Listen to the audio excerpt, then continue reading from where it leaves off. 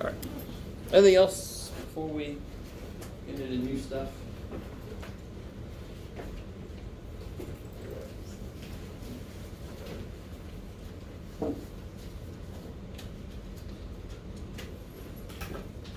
So let's kind of, while this wakes up, let's do a little review of what we know so far. Here we go. So if I am given 2 points, get out of there. How do I figure out the slope? Y2. Yeah, the difference in the y. Over x2. And what is this, of course, in English it would be? I like it. Kick ass. And something that just happened earlier when I was talking about that one bonus problem. Let me ask you this. We should know enough to be able to do this kind of problem. If the slope of something was negative 1/4, and it goes through the point, what do you got, Jeff? Just make a point up. There you go, buddy. And it goes to the point 2, -1. Can you graph that line? And why does it make sense you can't? Because a line is one where the direction it goes doesn't change, right? So the slope doesn't change. So what's neat about further math is you talk about, well, what about if I have something like this? Well, what's true about it? Like a roller coaster, what's always happening to the slope? The slope is always changing, right? Going up and then click, click, click, click, click, click, click, click, click. Oh, shit, right?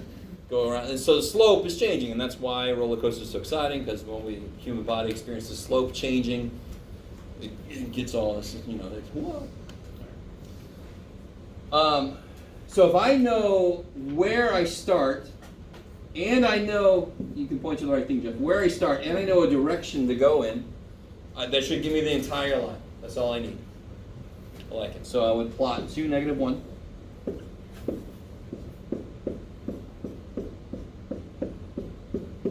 Two, -1, plop. Whatever sound effect you want to make. And where would I go from there? It tells me to go down 1 over 4.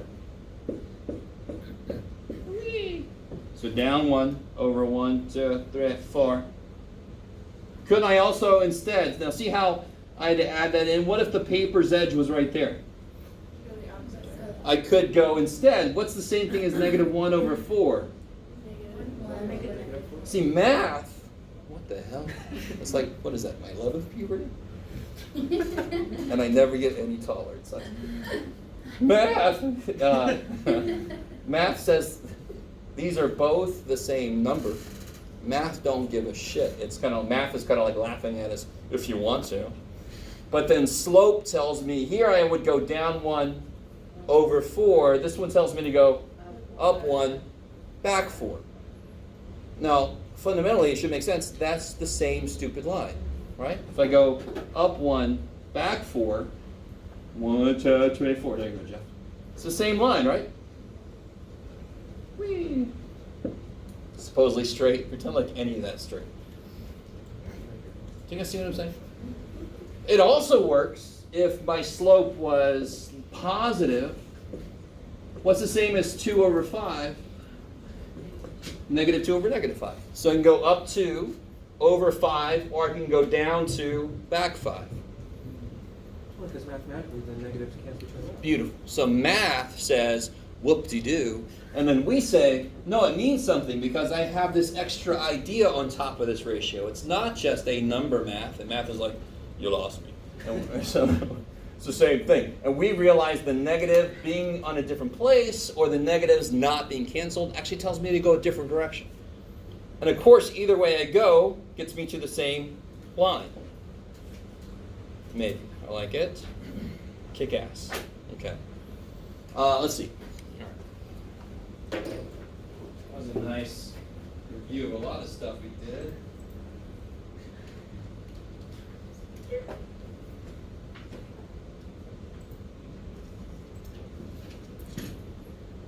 All right, so now we are in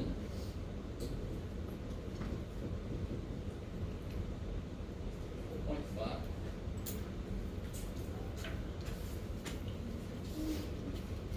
So I've sort of been getting us ready for this section.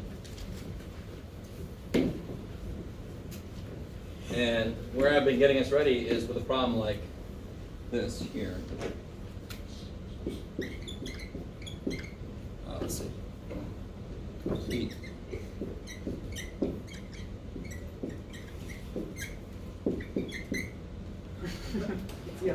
Very, it's got a lot to say. For, you can do it, Jeff.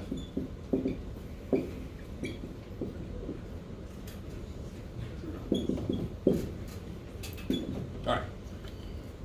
So this would be a problem you would have seen me ask on the test. I had one just like this on the test. How would I do that?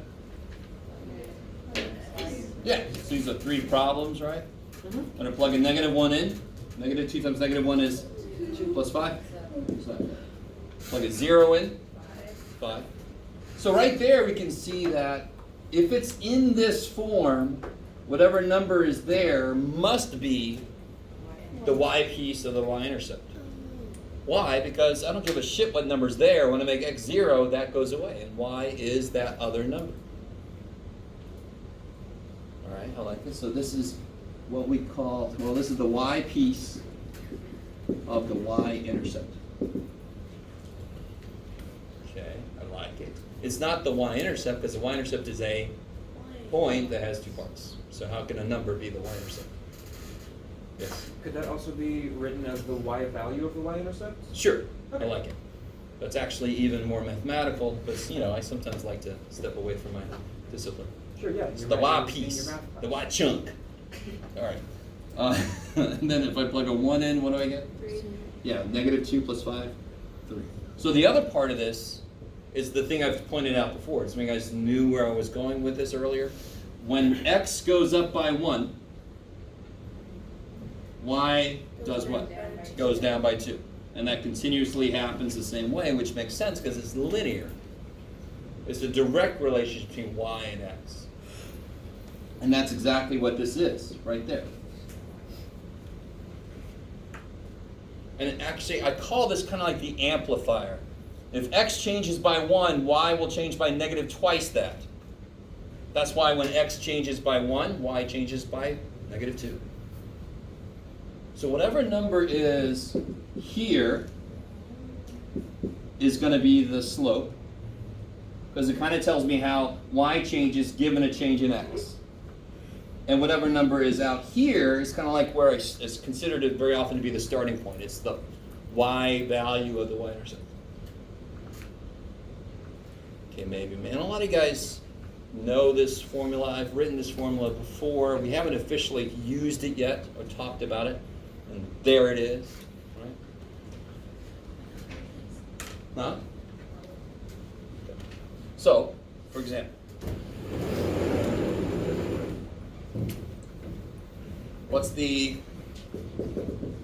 find the y-intercept and slope for this.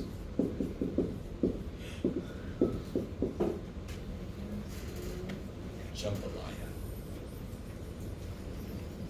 So comparing that to a lot of mathematics is just like this. We have a general form of something.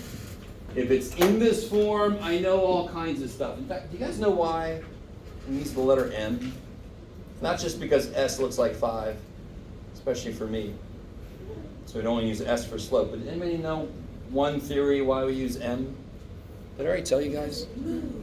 I like it. I'm going to go with that now. Magical. That too. They think it's because M, the French word for walk, is marcher, like march. So they think it came from a French mathematician way a long time ago. He said it, they're like, we like that. He moves too. It works for that too. Magic. Yeah, that too. And how did March change into slope? So the idea, what's the idea of slope? It's all about walking around. It's all about walking on your line. Okay. So the French word for walk is marcher. They think that's where the M comes from. We're not really sure. Right? Thank you. Anytime. History and math is actually more interesting. There's some poisonings in there, some shootings, some spying, some Huh? In math? Yes, Duels? dude. Yes. Oh, yes. There were duels about who actually did what work. There's like everybody knows Pythagoras, right? The Pythagorean theorem. I hate that guy. Yeah, you should hate that guy because he didn't do shit. All of his followers did a lot of work, and then he took the credit for it. So he did some. There. No, So it takes effort to steal. yeah, that's a good point. Jeff said the steel should know. What's wrong with this to be able to tell these two things? The X and the Y are on the same side. Yeah, it's in the wrong form. How can you summarize how to get it into the right form? What do I want to do with this? Get Y by itself. Just, there you go, thank you. Get Y by itself. You do whatever you have to do. And now somebody else help me. What were you saying? How do I start to get Y by itself? Subtract. I like it.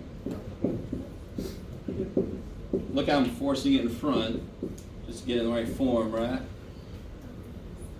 And then? Y by negative 5. Y by negative 5. Positive 3 over 5x plus 3 minus 3 plus 3. Sure. So what's the y-intercept?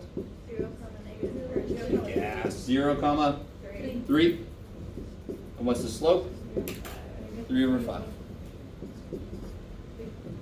Right? Is everybody with me? So, for example, later in mathematics, you learn about the form of the equation for a circle, right?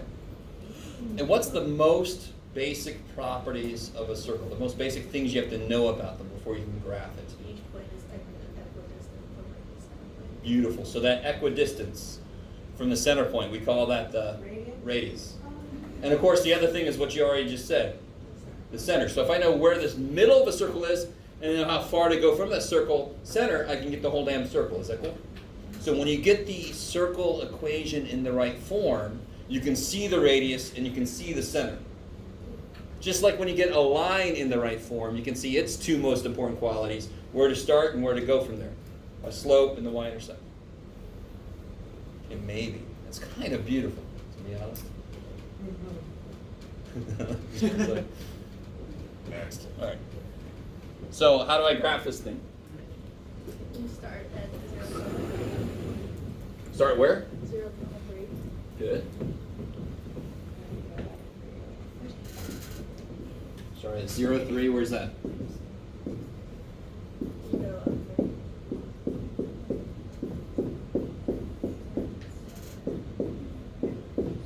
On the X line. Yeah. Yeah, so 0, 3, right? 0, 3 is there. And then where do I go from there?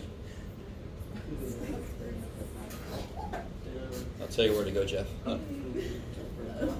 Go Up 3. up 3, over 5, right? Up 3, over 5. Pop, what point am I at? 3, 4, 6, 5, 6. Yeah. I went over 5. 1, 2, 3, 4, 5. 1, 2, 3, 4, 5, 6. So this will be the point 5, 6. Become a point there. Not too bad, Jeff. You do better. Oh well. Is that our 5? So tell me this. All right. Let me make sure. We did a problem like this before we even talked about this equation, right? Right before we did this, we did a problem where I gave you the slope, I gave you the point. No worries. So now where we get the point and the slope from putting this in the right form, I can see the y-intercept and the slope. I got a place to start and a place to go from there, a direction, right? What's true about every point on this line? What's supposed to be true? There are 3 equations. Yes, the whole idea of graphing a function, graphing an equation, is that every point I go through must work. That's the connection, right? So how can I check my work? Plug in 5, 6. Yeah, if you plug 5, 6 into this sucker, Yes, it better frickin' work, right? So let's see, if I plug a 5 in, Cross cancels. 3 plus 3 is? 6. Check. So when you plug a 5 in, you do get a 6 out. Do you guys see that? Yeah. Anytime you get another point by using a slope, you can always just double check your work. You can see if it works in the equation. Can't like it. gas too. Let's make sure I get all the ideas here. Blah, blah, blah. Okay. Last thing we'll do today. I'll let us out of here a little early. I gotta, not that early, I guess. Today's a little short day, right? Yeah, Monday and Wednesday short day. We'll talk real quick about one little thing and then we'll get out of here. Got a gross meeting later at Cleveland, so I want time to just relax and calm down. So, tell me again, I just told you, but let's do this. If I give you 2 points, we can obviously figure out the slope, right? Okay. Doesn't matter what 2 points we pick from a line. Why does it always have to be the same slope? It's always going to be the same line. And a line never turns, right? There's a lot of ways you can say that, but it never turns. The minute you have a function that turns, that means its slope is always different. It's always changing. That's calculus, by the way. That's all calculus is saying lines, that's nice, but what's the slope of this bad boy? Well, it depends on where you're looking. Here it's positive, here it's negative. Enough of calculus, sorry. Yeah. Sorry. But I really want you to understand that's all it is to start with.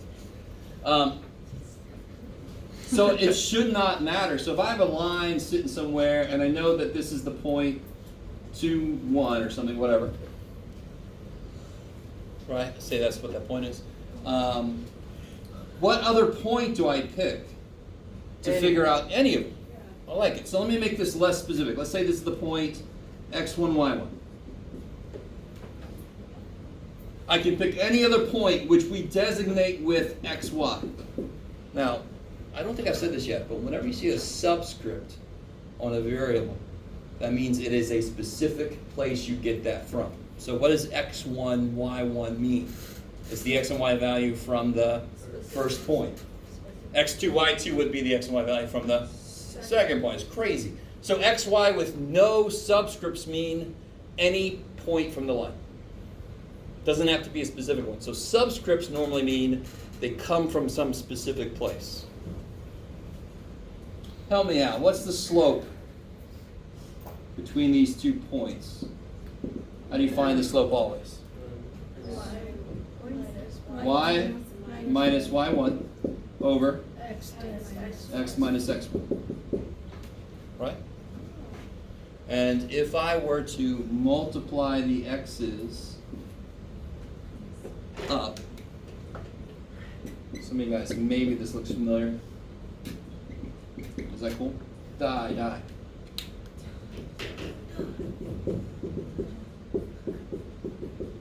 I get that. That is another form of a line.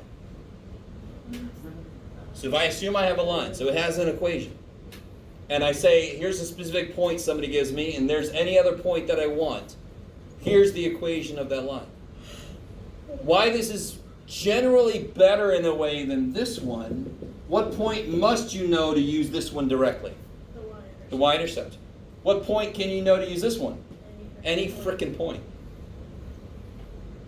So if I said, there's a line, yeah, you had to write that, Jeff, with slope equal to 7/5 and going through the point, you could do it, buddy, 10, -2, yummy, that looks good. I know I'm doing this real quick at the end, but we'll do more problems like this.